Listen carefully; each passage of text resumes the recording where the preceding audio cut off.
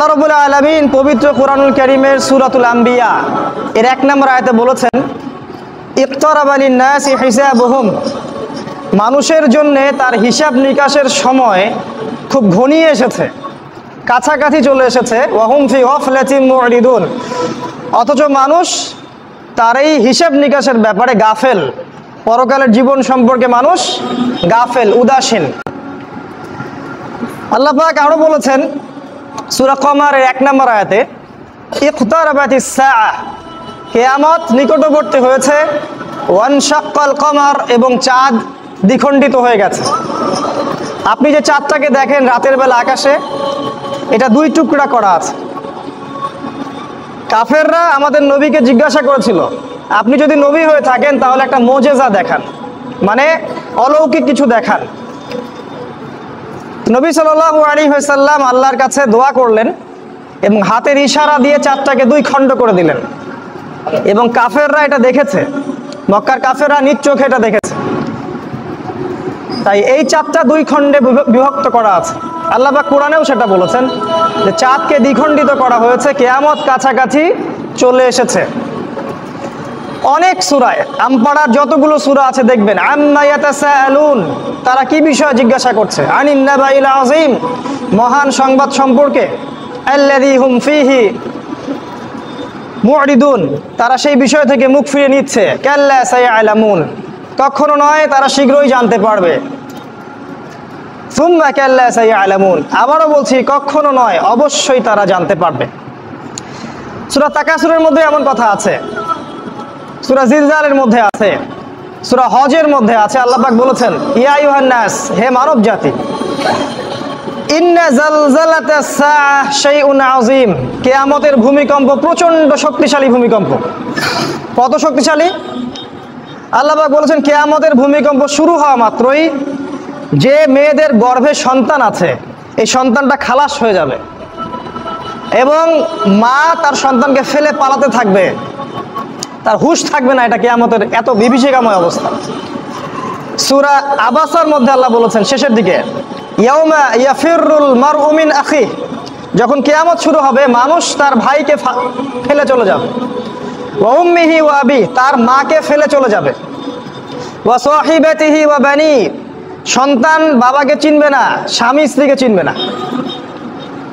ইযা যুলজিলাতিল আরদু জিলজালাহা, যখন কিয়ামতের ভূমিকম্প হবে, প্রবল ভূমিকম্প,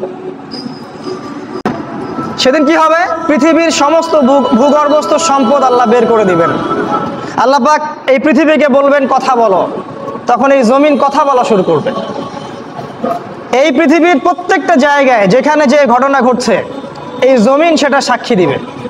এই যে জমিন যেখানে আপনারা বসে আছেন, এই জমিন সাক্ষী দিবে এখানে একটা মসজিদ ছিল, আপনারা নামাজ পড়েছেন। যেখানে বসে সুদ খাচ্ছেন, যেখানে বসে সিনেমা দেখছেন, যেখানে জুয়া খেলছেন, ধর্ষণ করছেন, ওই প্রত্যেকটা জমিন কিয়ামতের মাঠে আল্লাহর সামনে দাঁড়িয়ে কথা বলবে, সাক্ষী হিসেবে কথা বলবে। শুধু তাই নয়, আল্লাহ পাক বান্দাকে ডেকে তার পাপগুলোকে দেখাবেন। বান্দা অস্বীকার করবে, আমি এই পাপ করি নাই, তোমার ফেরেশতারা ভুল লিখেছে। আল্লাহ পাক তখন যেটা করবেন সূরা ইয়াসিনের মধ্যে আছে, আল্লাহ পাক তার ঠোঁট বন্ধ করে দিবেন এবং তার হাত পা উরুকে কথা বলার শক্তি দিবেন। এবং সেই বান্দার হাত, সেই বান্দার পা, সেই বান্দার উরু কথা বলা শুরু করবে, সে কোথায় কি করেছে। কিয়ামত কঠিন জিনিস, মানুষ এই বিষয়টা সম্পর্কে গাফেল। আমাদের নবী মুহাম্মদ সাল্লাল্লাহু আলাইহি ওয়াসাল্লাম হাদিসের মধ্যে কিয়ামতের অনেকগুলো নিদর্শন বলে গেছেন, একদম চোখে আঙ্গুল দিয়ে দেখিয়ে গেছেন, এই এই জিনিসগুলো যখন দেখবে তখন কিয়ামতের অপেক্ষা করো। আপনাদের সামনে আমি কিছু তুলে ধরার চেষ্টা করছি। নবী সাল্লাল্লাহু আলাইহি ওয়াসাল্লাম বলেছেন, আমি যে নবী হয়েছি এটাই কিয়ামতের একটা বড় আলামত। তিনি বলেছেন, বুইসতু আনা ওয়াস সাআ কাহাতাইন, আমাকে আর কিয়ামতকে এইভাবে পাঠানো হয়েছে, আমাকে আর কিয়ামতকে এইভাবে পাঠানো হয়েছে। মানে এই 2 আঙ্গুলের মধ্যে যতটুকু দূরত্ব, আল্লাহ রাসূল সাল্লাল্লাহু আলাইহি ওয়াসাল্লাম আর কিয়ামতের মাঝখানে এতটুকু দূরত্ব আছে। এই হাদিসটা উনি বলেছেন 1400 বছর আগে। তা আপনার যদি সামান্য বিবেক থাকে আপনি বুঝতে পারবেন যে এখন 1400 বছর পর কিয়ামত কত কাছে। নবীজি আরো বলেছেন, আমার ইন্তেকাল কিয়ামতের একটা আলামত। তিনি আরো বলেছেন, কিয়ামতের অন্যতম নিদর্শন হচ্ছে মুসলিমদের ধন সম্পদ বাড়তে থাকবে। এমন একটা অবস্থা হবে যাদের পরনের কাপড় ছিল না, খাবার জুটত না, পায়ে স্যান্ডেল ছিল না, এই রাখাল টাইপের দরিদ্র মানুষেরাও উঁচু উঁচু বিল্ডিং নির্মাণের প্রতিযোগিতা করবে। সে সময় আসেনি? বিগত 100 বছরে আপনি দেখেন কত বিল্ডিং, 100 বছর আগে এগুলো ছিল না। আর প্রত্যেকটা বিল্ডিং এর পিছনে আছে সুদ, ব্যাংকের সুদি লোন, আর উঁচু উঁচু বিল্ডিং, একটার সাথে একটা সম্পর্কিত। নবীজি আরো বলেছেন, শেষ জামানা বা আখিরুজ জামান বা কিয়ামতের আলামত হচ্ছে মানুষ পিতা মাতাকে সম্মান করবে না। পিতা আর মা এই দুইজন যে সম্মানের পাত্র, এই বোধটাই মানুষের উঠে যাবে। সম্পদের জন্য মানুষ তার পিতাকে হত্যা করবে, ভাই তার ভাইকে হত্যা করবে, স্বামী স্ত্রীকে হত্যা করবে, স্ত্রী স্বামীকে হত্যা করবে, এমনকি সন্তান মাকে পর্যন্ত হত্যা করবে সম্পত্তির কারণে। আর পিতা মাতার সাথে দাস দাসীর মতো আচরণ করা। নবী সাল্লাল্লাহু আলাইহি ওয়াসাল্লাম বলেছেন, কিয়ামতের অন্যতম নিদর্শন হচ্ছে যে সমাজের বেশিরভাগ মানুষ সুদের সাথে জড়িত হয়ে যাবে। ইচ্ছায় হোক আর অনিচ্ছায় হোক, হয় ব্যক্তি সুদ খাবে, না হলে সুদ দিবে, না হলে সাক্ষী থাকবে, না হলে লিখে রাখবে। আর আমাদের নবী মুহাম্মদ সাল্লাল্লাহু আলাইহি ওয়াসাল্লাম এই 4 শ্রেণীর মানুষকে সমানভাবে অভিশাপ দিয়েছেন। তিনি বলেছেন, আমি মুহাম্মদ সাল্লাল্লাহু আলাইহি ওয়াসাল্লাম আপনার নবী, তিনি বলেছেন যে আমি 4 শ্রেণীর মানুষকে অভিশাপ দিয়ে গেলাম। এক শ্রেণী হচ্ছে যে সুদ খায়, দ্বিতীয় শ্রেণী হলো যে সুদ দেয়, তৃতীয় শ্রেণী যে সাক্ষী থাকে, আর চতুর্থ শ্রেণী যে লিখে রাখে। এই হাদিসের আলোকে পুরো ব্যাংকিং সিস্টেম সুদের আওতায় পড়ে যায়। এবং নবী সাল্লাল্লাহু আলাইহি ওয়াসাল্লাম বলেছেন, সুদের 70টা পাপের শাখা আছে, তার সর্বনিম্ন শাখা নিজের মাকে ধর্ষণ করা। এটা আমি বলিনি, হাদিসের পাতায় পাতায় লেখা আছে। আপনাদেরকে কেউ কখনো বলেছে কিনা আমি জানি না, তো আজকে আপনাদেরকে সতর্ক করে গেলাম। আমাদের নবী বলেছেন সুদের 70টা পাপের শাখা আছে, তার সবচেয়ে নিচের শাখা নিজের মাকে বিয়ে করা, ধর্ষণ করা বা জিনা করা। তিনি আরো বলেছেন সুদের সবচেয়ে উঁচু শাখা হচ্ছে আল্লাহ এবং তার রাসূলের সাথে যুদ্ধ করা। সূরা বাকারায় আছে, সূরা বাকারার 275-76 আয়াতগুলো পড়ে দেখবেন। নবী সাল্লাল্লাহু আলাইহি ওয়াসাল্লাম আরো বলেছেন, যে ব্যক্তি 1 দিরহাম সুদ খাবে সে যেন 36টা মেয়েকে ধর্ষণ করলো। এটা বুখারীর হাদিস। আমি নাম্বার বলার সময় পাচ্ছি না, খুব সময় সংক্ষিপ্ত। তিনি আরো বলেছেন, সুদখোরদেরকে কবরে যে শাস্তি দেওয়া হবে সেটা হচ্ছে তাদেরকে রক্তের নদীতে ফেলে তাদের মাথাগুলোকে ফাটিয়ে দেওয়া হবে। কারণ সুদের মাধ্যমে সারা বিশ্বের মানুষের রক্ত তারা চুষে নিচ্ছে। এই কারণে এর ফলাফলটা কি হয়? এর ফলাফলে ধনীরা ধনী হতে থাকে, আর গরিবরা যত দিন যাবে আস্তে আস্তে আরো দারিদ্র্যের অতল তলে নিষ্পেষিত হতে থাকবে। আপনার কাছে মনে হবে হয়তো আপনি 10 টাকা দিলে 15 টাকা পাবো, কিন্তু এটা নয়। আপনি আপনার টাকা পাবেন না, আপনি অন্যের রক্ত চোষা টাকা পাবেন। এর ফলে ধনিক শ্রেণীর কোনো ক্ষতি হয় না, তারা অনেক লাভবান হতে থাকে। এই জন্য বিশ্বের একটা অংশ আজকে ধনী হচ্ছে। দেখবেন এই পুরো বিশ্বের একটা অংশ দিন দিন ধনী হচ্ছে, ওই পশ্চিমা সভ্যতা। আর বাকি অংশগুলোকে দেখবেন তারা আস্তে আস্তে দরিদ্রের সীমার নিচে চলে যাচ্ছে। এটার কারণ রিবা, সুদ। তিনি আরো বলেছেন যে সুদ যারা খাবে তাদের জাহান্নামে শাস্তি হচ্ছে, ওদের পেটটা ফুলে ফেপে থাকবে আর পেটের ভিতরে সাপ কিলবিল করবে। আর ফেরাউনের অনুসারী যারা, তারা এদের পেটে পাড়া দিয়ে জাহান্নামে প্রবেশ করবে। এভাবে অপমান করা হবে। কেন ফেরাউনের সাথে তুলনা করা হলো কেন? আমরা জানি ফেরাউন এই পৃথিবীর সবচেয়ে বড় জালেম, আর সুদের মধ্য দিয়ে জুলুম সবচেয়ে বড় করা হয়েছে এই পৃথিবীতে। এখন আপনি মুসলিম হিসেবে চাইলেও এখান থেকে বের হতে পারছেন না। আপনি আমাকে এখন পুরো দেশের অবস্থা বলেন, প্রতিটা জেলা, গ্রাম, ইউনিয়নের অবস্থা বলেন, কোন জায়গায় সুদ নাই সেটা আমাকে দেখান। অথচ আমরা সবাই মুসলিম দাবি করছি। আমরা দাবি করছি আমরা আশিকে রাসূল, নবীকে ভালোবাসি, আল্লাহকে ভালোবাসি। আমরা এতটুকু বলবো যে আপনি আপনার কবরের জন্য অপেক্ষা করতে থাকেন, তারপরে দেখেন কি হয়। বিশ্বাস করেন, আপনার রিজিকের মধ্যে যদি 1টা টাকা হারাম থাকে, যতক্ষণ সেটাকে আপনি ত্যাগ না করছেন আপনার ইবাদত কবুল হবে না। কোনো ক্ষমতা নাই এই হাদিসটাকে উল্টায় দেওয়ার। আল্লাহ পাক বলেছেন ইন্নাল্লাহা তাইয়্যিব লা ইকবালু ইল্লা তাইয়্যিব, আল্লাহ পাক পবিত্র, তিনি পবিত্র রিজিক ছাড়া কবুল করেন না। তিনজন ব্যক্তির দোয়া কবুল হয়, নবীজি বলেছেন দোয়া ফেরত দেয়াই হয় না, দোয়া করলেই কবুল। একজন হচ্ছে বাবা যখন সন্তানের জন্য দোয়া করে। 2 নাম্বার, যখন কোনো মুসাফির মানে সফর করছে যারা আল্লাহর পথে বা মুসাফির, তারা যখন আল্লাহর কাছে দোয়া করে দোয়া কবুল হয়ে যায়। আরেকটা দোয়া হলো মাজলুম, কারো উপর জুলুম করা হয়েছে, এই মাজলুম যখন জালেমের বিরুদ্ধে বদদোয়া করবে তখন দোয়া কবুল হয়ে যাবে। এই মুসাফিরের দোয়া কবুল হয়। একজন মুসাফির হাত তুলে আল্লাহকে বলছিল আল্লাহ আমাকে এইটা দাও, আল্লাহ আমাকে ওইটা দাও, আর আমাদের নবীজি দেখে বললেন যে মুসাফিরের দোয়া কবুল হয়, কিন্তু এই ব্যক্তির দোয়া কেমন করে কবুল হবে যার খাবার হারাম, পানীয় হারাম, পোশাক হারাম, সবই হারাম। মানে রিজিক হালাল না হওয়া পর্যন্ত ইবাদত কবুল হবে না। তাই যাবতীয় সুদ, যাবতীয় ঘুষ, এই যে হারাম রিজিক, হারাম পণ্যের ব্যবসা, এগুলো থেকে তওবা না করা পর্যন্ত ইবাদত তো কবুল হবেই না, আপনি ইবাদতের স্বাদ পাবেন না। এই যে নামাজ পড়েন, রোজা রাখেন, অনেক কিছু করেন, হজ করেন, স্বাদ পান না, আত্মতৃপ্তি পান না, এর কারণ হারাম রিজিক। আর নবীজি বলেছেন শেষ জামানার অন্যতম নিদর্শন হচ্ছে মানুষ হালাল হারামের কোনো পরোয়া করবে না, যেভাবে পারে সেভাবে টাকা উপার্জন করবে, মেরে হোক, কেটে হোক, ঘুষ খেয়ে হোক, দুর্নীতি করে হোক, টাকা চাই, টাকা, অর্থ সম্পদ চাই। ভাবখানা এমন যে সে যেন পৃথিবীতে 1000 বছর থাকবে, 1 সেকেন্ডের মধ্যে সে পরকালে চলে যাইতে পারে, হুশটা তার নাই। আল্লাহ পাক বোঝার তৌফিক দান করুন, আল্লাহুম্মা আমিন।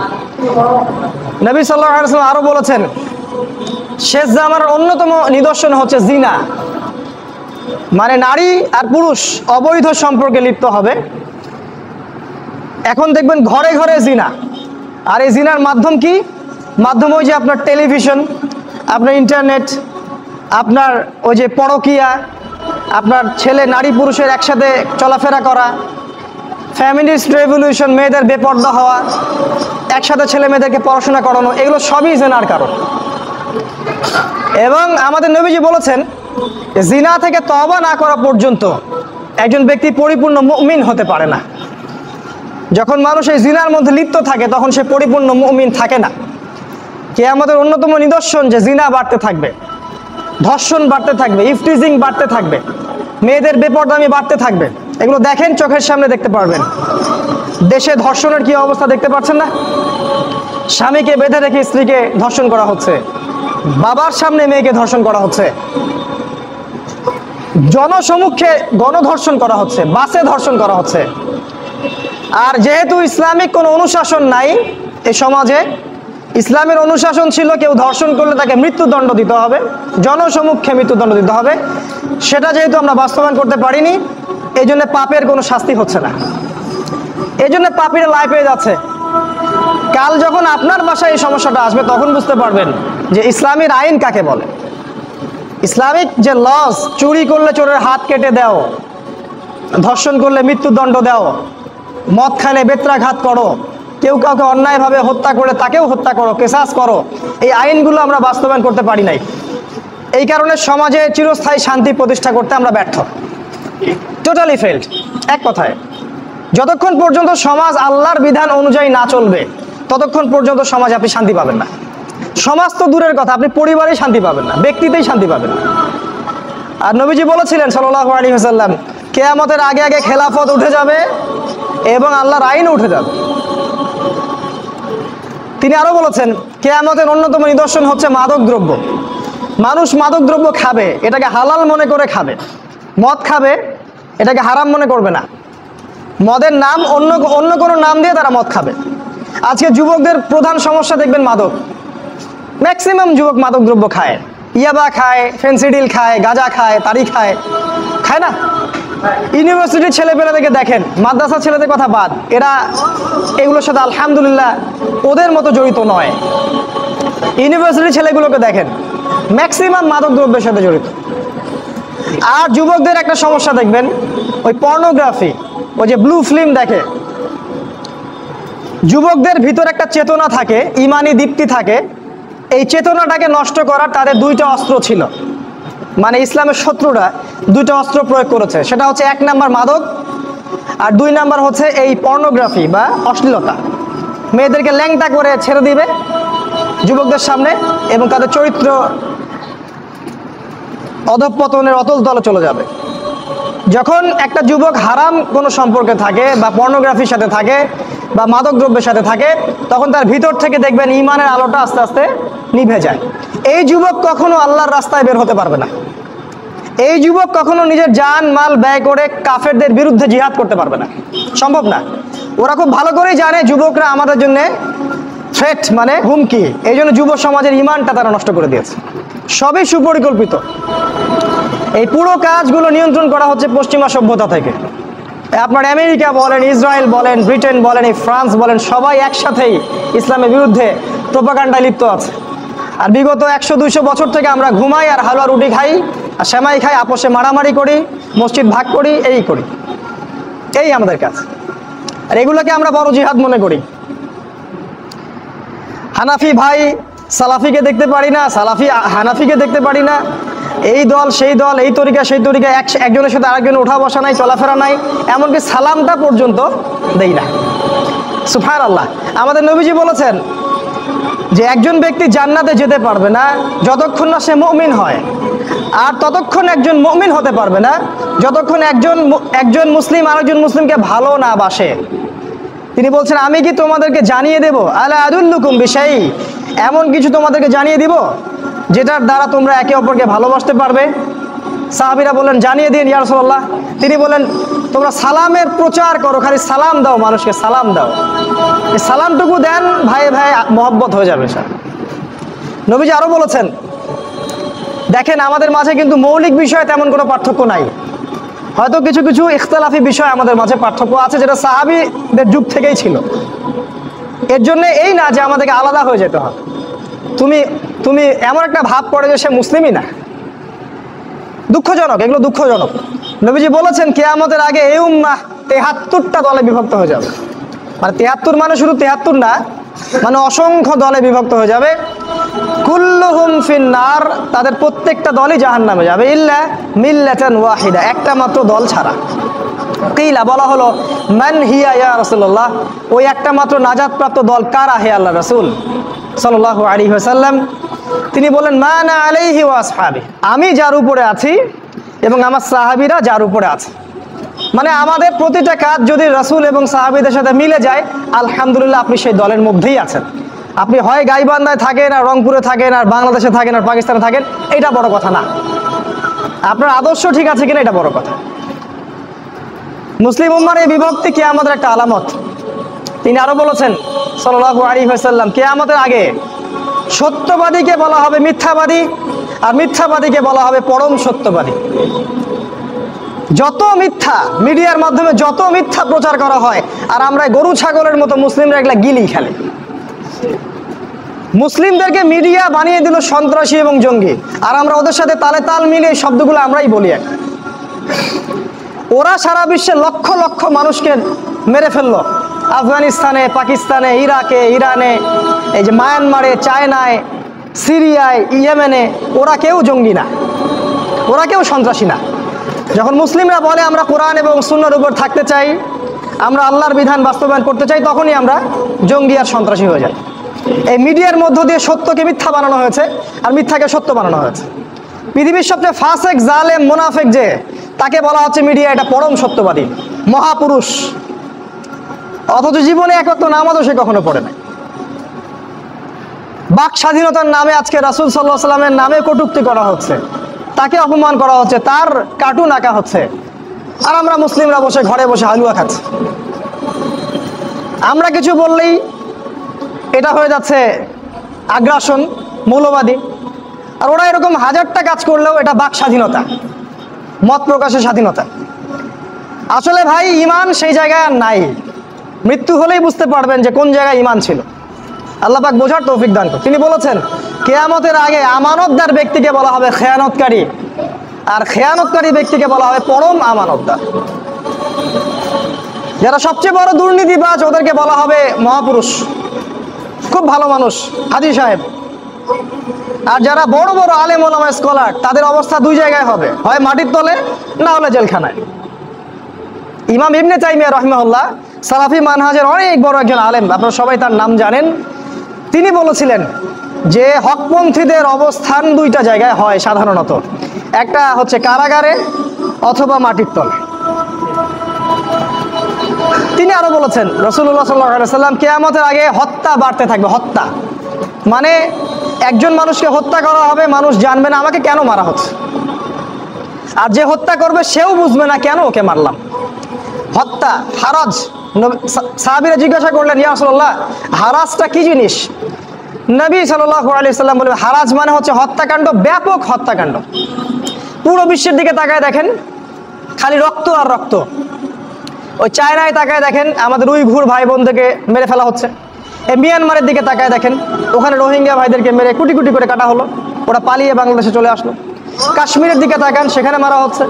আফগানিস্তানে তাকান, সেখানে মারা হচ্ছে। সিরিয়ার দিকে দেখেন, লক্ষ লক্ষ বাচ্চা, এই যে ছোট ছোট বাচ্চাগুলোকে বোম দিয়ে মেরে ফেলা হচ্ছে। আপনার বাচ্চাকে কেউ যদি বোমা মেরে মেরে ফেলে কেমন লাগবে আপনার? উম্মার সবাইকে আমরা নিজের মনে করতে পারি না যে এই উম্মা আমার, এই বাচ্চাগুলো আমার, এই যুবক ভাইরা আমার ভাই, এটা মনে করতে পারি না। আমরা খুব স্বার্থপর হয়ে গেছি আর কি। ইয়েমেনের দিকে তাকায় দেখেন, প্রায় 10 লক্ষ শিশুকে ওখানে না খেয়ে মেরে ফেলা হয়েছে। 10 লক্ষ শিশুকে। কয়টা দেশের উদাহরণ দিব? সারা বিশ্বের দিকে তাকায় খালি হত্যা আর হত্যা। আর এই কথাটাই ফেরেশতারা বলেছিলেন। আল্লাহ যখন আদমকে সৃষ্টি করতে চান তখন ফেরেশতারা বলেছিলেন কি দরকার মানুষকে সৃষ্টি করার?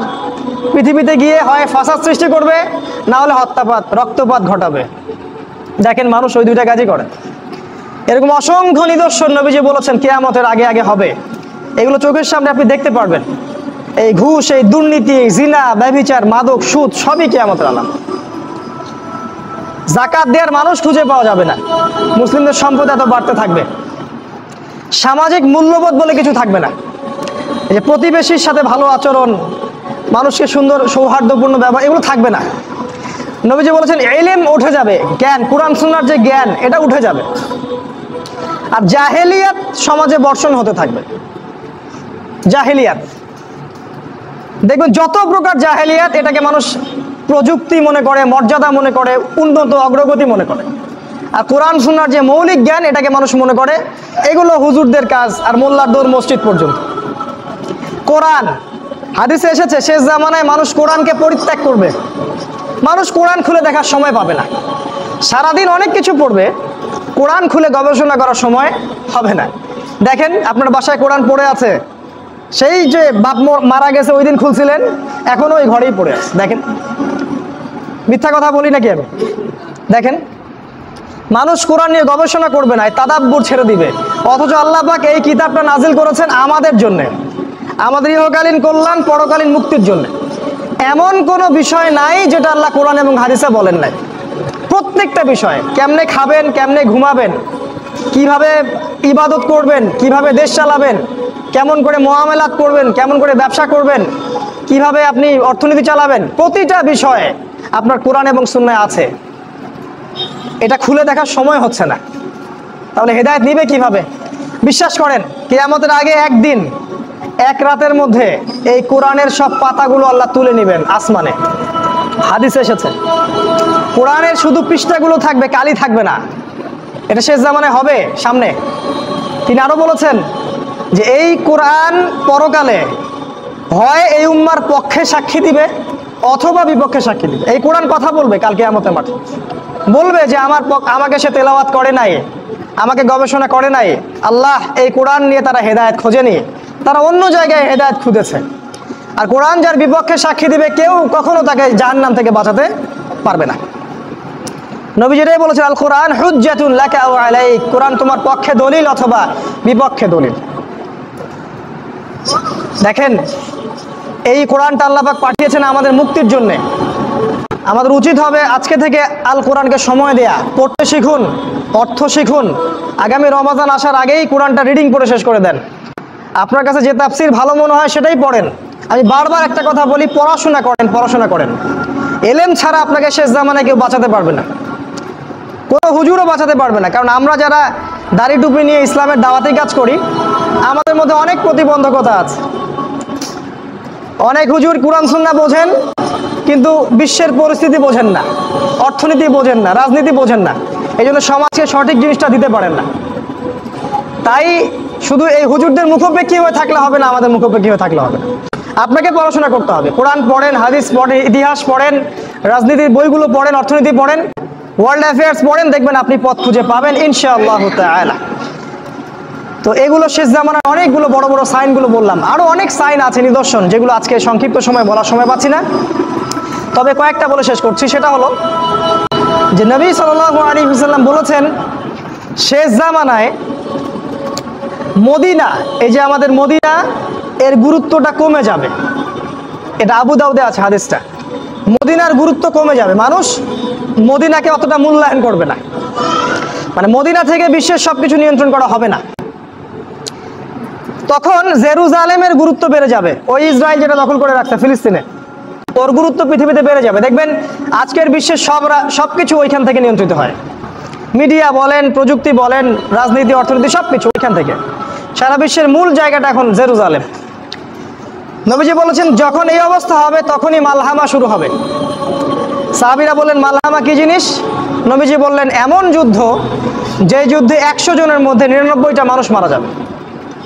100 জনের মধ্যে 99টা সৈন্য মারা যাবে।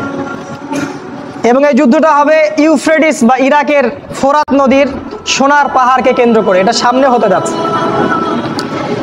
এবং এই যুদ্ধটা হবে 80টা দেশের মধ্যে, বিশ্বের 80টা দেশ একত্রিত হয়ে যুদ্ধ করবে সামনে। আপনি প্রথম বিশ্বযুদ্ধ দেখেছেন না, দ্বিতীয় বিশ্বযুদ্ধ দেখেছেন, এগুলো এই যুদ্ধের সামনে কিছুই না। এটা হবে পারমাণবিক যুদ্ধ, সামনে হতে যাচ্ছে। এবং প্রত্যেক দেশ 12,000 করে সৈন্য পাঠাবে এই যুদ্ধে। এরা সবাই মিলে যখন এই যুদ্ধে অংশ নিবে, তখন এরা মুসলিমদের উপর ব্যাপক নির্যাতন চালাবে। সামনে হতে যাচ্ছে এটা, আগামী 5, 10, 15 বছরের মধ্যে আল্লাহ ভালো জানেন, আল্লাহ ভালো জানেন। কিন্তু আমাদের অনুমান 10 বছরের মধ্যে হতে পারে, 5 বছরের মধ্যে হতে পারে। নবীজি বলেছেন, এই সময়, এই যুদ্ধের শেষের দিকে আল্লাহ পাক মুসলিমদের ত্রাণকর্তা হিসেবে একজনকে পাঠাবেন, যার নাম হবে ইমামুল মাহদি, যিনি মদিনা থেকে আসবেন। মক্কায় তার সাথে মুসলিমরা বায়াত করবে এবং তিনি মুসলিমদেরকে নেতৃত্ব দিবেন, এবং এই যুদ্ধের শেষের দিকে মুসলিমরা বিজয় লাভ করবে এবং মুসলিমরা কনস্ট্যান্টিনোপল জয় করবে এবং ওই জেরুজালেম তারা আবারও জয় করবে, যেটা ইসরায়েল দখল করে রাখছে। এবং সেই জেরুজালেম থেকে ইসলামী খেলাফত আবারও প্রতিষ্ঠিত হবে। নবীজি বলেছেন, একটা কাঁচা বাড়ি, একটা পাকা বাড়ি বাদ থাকবে না যেখানে ইসলামের কালিমা চলে যাবে না। পৃথিবীর জনসংখ্যা কমে আসবে, এখন 800 কোটি দেখছেন, সামনে হয়ে যাবে দেখবেন 200 কোটি, 100 কোটি। 1 ভাগ মানুষ মহামারীতে মারা যাবে, হাদিসে এসেছে। 1 ভাগ মানুষ দুর্ভিক্ষে মারা যাবে, আর 1 ভাগ মানুষ এই মালহামায় মারা যাবে। অল্প কিছু মানুষ বেঁচে থাকবে। মুহূর্তে একটা দেশ ধ্বংস হয়ে যাবে যখন পারমাণবিক যুদ্ধ শুরু হবে। আমরা তো এখনো স্বপ্ন দেখছি 2050, 60, 3000 বছরে, তাই না? দেখেন সামনে কি হয়, অপেক্ষা করতে থাকেন। এরপর খেলাফা কায়েম হবে এবং এই খেলাফতটাকে প্রতিবন্ধকতা সৃষ্টি করবে ইহুদিরা। ইহুদিদের নেতা হিসেবে বের হবে দাজ্জাল, এবং এই দাজ্জাল ইহুদিদেরকে নিয়ে ইমামুল মাহদিকে ঘিরে ফেলবেন। আল্লাহ পাক তখন এই দাজ্জালকে হত্যা করার জন্য আসমান থেকে পাঠাবেন ঈসা আলাইহিস সালামকে। আপনারা জানেন ঈসা আলাইহিস সালাম আবারও পৃথিবীতে আসবেন এবং তিনি এই মাসিহুদ দাজ্জালকে হত্যা করবেন। পৃথিবী থেকে প্রত্যেকটা ইহুদির নাম মুছে যাবে, ইহুদি জাতি বলে কোনো জাতি থাকবে না পৃথিবী। ওরা শুনে নেক, যা করার করে নেক, কিছুই করতে পারবে না। আমাদের নবীজি বলেছেন, লা তুকাতিলুন্নাল ইয়াহুদ, তোমরা অবশ্যই ইহুদিদের সাথে যুদ্ধ করবে। এমনকি একজন ইহুদি যদি পাথরের পিছনে লুকায়, পাথর কথা বলবে, ইয়া মুসলিম, হে মুসলিম, ইন্না ওয়ারাইল ইয়াহুদ তাআলাউ ফাকতুলুহ, আমার পিছনে একজন ইহুদি আছে, আসো তাকে হত্যা করে যাও। আল্লাহ পাক এই খেলাফতের মধ্য দিয়ে পৃথিবীতে শান্তি প্রতিষ্ঠা করবেন। জুলুম উঠে যাবে, অন্যায়, পাপাচার, দুর্নীতি সব চলে যাবে। নবীজি বলেছেন, একটা ঘাটে, একটা পানির ঘাটে বাঘ এবং হরিণ একসাথে পানি খাবে, কেউ কাউকে কোনো ক্ষতি করবে না। পৃথিবীতে জুলুম বলে কিছু থাকবে না, ইনসাফ, ন্যায় কায়েম হয়ে যাবে। এরপরে ঈসা আলাইহিস সালাম 40 বছর বেঁচে থাকবেন। 40 বছরের মধ্যে তিনি বিয়ে করবেন, সন্তান হবে, তার মৃত্যু হবে, তাকে দাফন করা হবে আমাদের নবীর কবরের পাশে। এবং তিনি যখন ইন্তেকাল করবেন তারপরের মানুষগুলা আরও জঘন্যভাবে খারাপ হওয়া শুরু করবে, এর রাস্তায় দাঁড়িয়ে জেনা করবে। আর এই মানুষগুলোর উপরে হঠাৎ একদিন সকালবেলা সূর্য পশ্চিম দিক থেকে উঠে যাবে এবং একটা লোকমা মুখে তোলার জন্য মানুষ মুখে নিবে, মুখে তুলতে পারবে না, তার আগে কিয়ামত হয়ে যাবে। পানি খাওয়ার গ্লাস উঠাবে, পানি পান করার আগেই কিয়ামত হয়ে যাবে। দুজন ব্যবসায়ী কাপড় এক্সচেঞ্জ করবে, একজন বিক্রি করবে, একজন দেখবে, এই দেখতে দেখতেই কিয়ামত হয়ে যাবে। একদম মুহূর্তের মধ্যে একদিন কিয়ামত হয়ে যাবে ওই মানুষগুলোর সামনে। এগুলোর সামনে হতে যাচ্ছে, আমাদের হাতে বেশি সময় নাই কথাগুলো বলার, এই কারণ হচ্ছে সময় কম। তো এখন এই অবস্থায় একজন মুসলিম হিসেবে আপনার করণীয় কি? আমি কয়েকটা পয়েন্ট আপনাকে বলতে পারি 5 মিনিটের মধ্যে। এই কয়েকটা পয়েন্ট যদি আপনি একটু মেনে চলেন, ইনশাআল্লাহ আপনিও শেষ জামানায় সফল হবেন ইনশাআল্লাহ। যদিও বা এই জামানায় সফল হওয়া খুব কঠিন, খুবই কঠিন। নবীজি বলেছেন ঈমান ধরে রাখা এত কঠিন হবে যেমন হাতে আগুন ধরে রাখা কঠিন হয়। হাতে আগুন ধরে রাখা কি কঠিন? দেখেন, আমরা যারা ইসলাম ফলো করছি, আমাদের ইসলাম পালন করতে যদি এরকম কষ্ট না হয়, বুঝতে হবে আপনি সেই প্রকৃত ঈমান ধারণ করে নাই, যে ঈমান ধারণ করলে হাতে আগুন আপনি অনুভব করতেন। সত্যিকারের ঈমান নিয়ে চলেন, সমাজ আপনার শত্রু হয়ে যাবে, পরিবার শত্রু হয়ে যাবে, রাষ্ট্র বিশ্ব শত্রু হয়ে যাবে আপনার। নবী সাল্লাল্লাহু আলাইহি ওয়াসাল্লাম বলেছেন যে শেষ জামানে ঈমান ধরে রাখা খুবই কঠিন হবে। সকালে মানুষ মুমিন থাকবে, বিকেলে কাফের হয়ে যাবে। বিকালে কাফের থাকবে, সকালে মুমিন হবে। মানুষ দিনকে দুনিয়ার বিনিময়ে বিক্রি করে দিবে। এই যুগে সফল হবে সেই মানুষরা যারা এই ফিতনা মুক্ত পরিবেশে দিন পালন করবে। অনেক দূরের প্রত্যন্ত জায়গায় চলে যাবে, শহর থেকে দূরে, নগর থেকে দূরে, পাহাড়ি এলাকায়, অনেক দূরে, কান্ট্রি সাইডে। ওই যে থাকে না কিছু মানুষ উপজাতির মতো, ওই রকম করে যারা থাকবে এরা নিরাপদে থাকবে।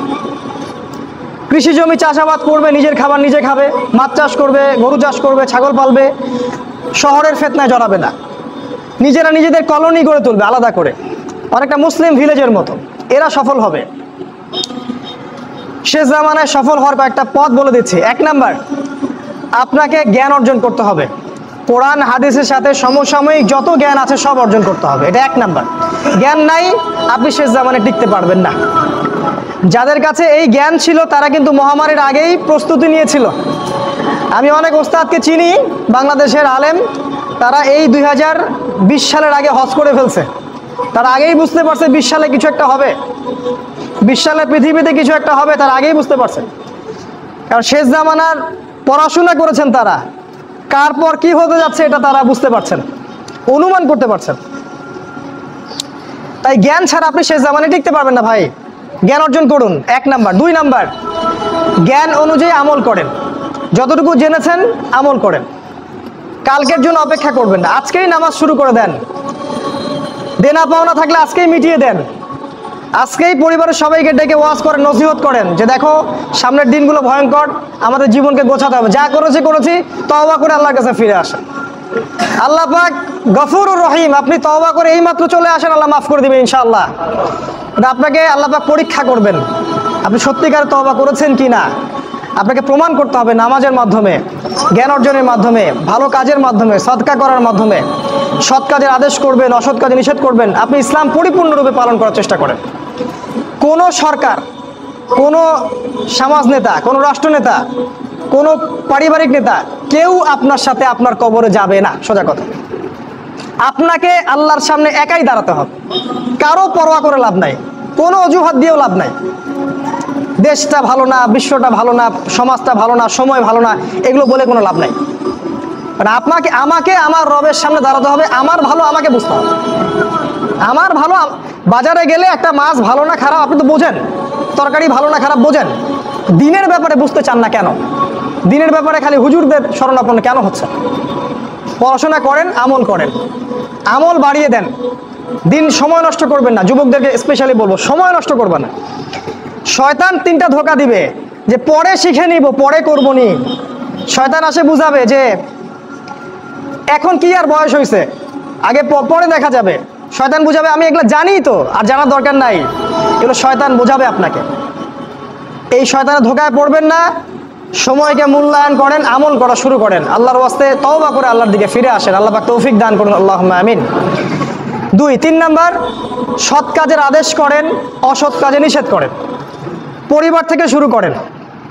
আপনি ব্যক্তিটা গড়ে তোলেন, পরিবারটাকে ইসলামিক পরিবারে গড়ে তোলেন। আপনার ছেলে, আপনার মেয়ে, আপনার স্ত্রী, আপনার সন্তান, আপনার বোন, আপনার মা, সবার ব্যাপারে মনিটরিং করেন, চোখে চোখে রাখেন। আপনি জানেন না আপনার ছেলেটা অনেক আগেই জেনাকারী হয়ে গেছে, আপনি টের পান নাই। ছেলের হাতে স্মার্টফোন তুলে দিয়েছেন, ছেলে গোপনে গোপনে 10টা প্রেম করে, আপনি জানেন না। ও দুধ খায় না এখন, মনে করছেন যে ও দুধ খায়, ও অনেক ম্যাচিউরড হয়ে গেছে। আপনার মেয়েকে দেখে মনে হয় খুব পর্দা করে, দেখেন ভিতরে ভিতরে কোনো ছেলের সাথে সম্পর্ক তৈরি করে ফেলছে। অনেক ঘটনা ঘটে যায়, আমরা সরল মনে অনেক কিছু করি। আপনার ওয়াইফকে দেখেন, আপনি যখন বাসায় থাকেন না, কি করে না করে মনিটরিং করেন। টিভি বন্ধ করে দেন, সিরিয়াল টিরিয়াল বন্ধ করেন।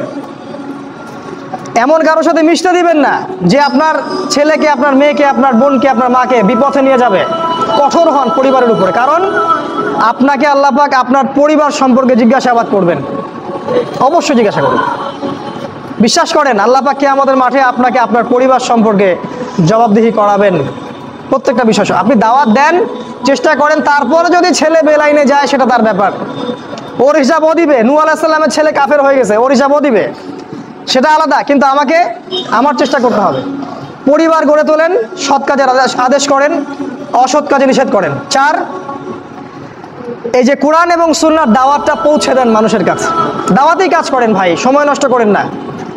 আপনি যে দল করেন বা যে সংগঠন করেন বা যে মাযহাব, যে তরিকায় থাকেন, আমার তাতে কোনো আপত্তি নাই, কিন্তু কোরআন সুন্নাহর দাওয়াতটা মানুষের কাছে প্রচার করেন। মূল বিষয়ে কোনো পার্থক্য নাই। এই দাওয়াত দেওয়ার সময়ে সাম্প্রদায়িক হবেন না। সবাই আমার দলে আসো, আমার দলের ফর্ম পূরণ করো, না হলে দাওয়াত হচ্ছে না, এমন দাওয়াতের দরকার নেই। মানুষকে ইসলামের দাওয়াত দেন, আল্লাহর দিকে ডাকেন, কোরআনের দিকে ডাকেন, সুন্নাহর দিকে ডাকেন, দেখবেন সমাজে একটা সাম্য চলে আসবে ইনশাআল্লাহ।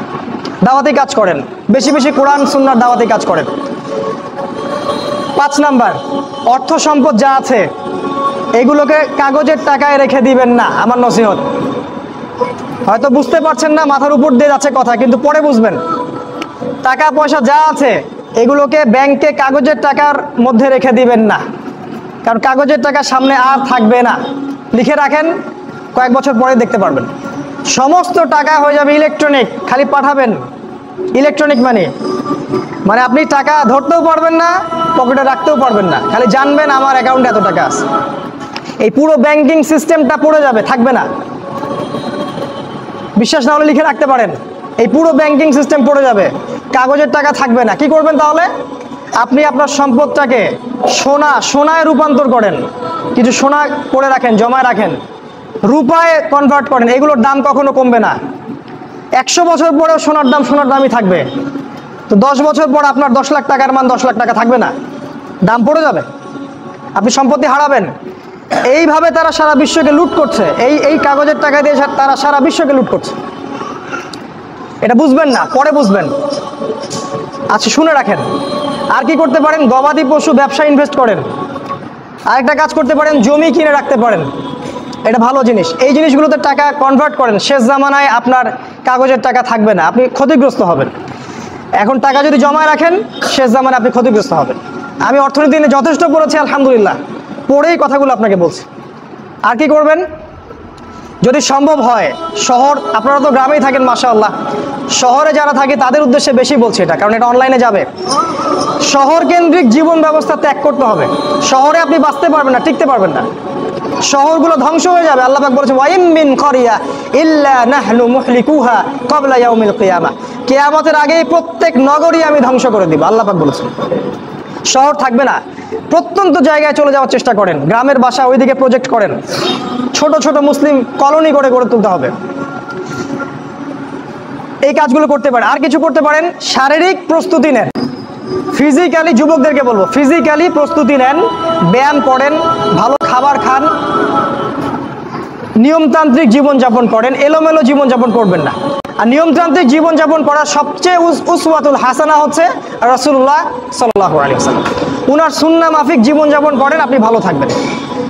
কারণ সামনের দিনগুলোতে আরো ফিতনা বাড়বে এবং আমাদের এই যুব সমাজের এবং তার পরবর্তী প্রজন্মের শারীরিক অবস্থাকে নষ্ট করে দেওয়ার জন্যে অগণিত খাবার বাজারে ছেড়ে দেওয়া হয়েছে, যেগুলোর মধ্য দিয়ে অসুস্থ হয়ে যাবে। তাই রাসূলের পদ্ধতি অনুযায়ী জীবনযাপন করেন, ভালো খান, ফ্রেশ জিনিস খান, ব্যায়াম করেন, শারীরিক প্রিপারেশন নেন, আপনি ভালো থাকবেন ইনশাআল্লাহ।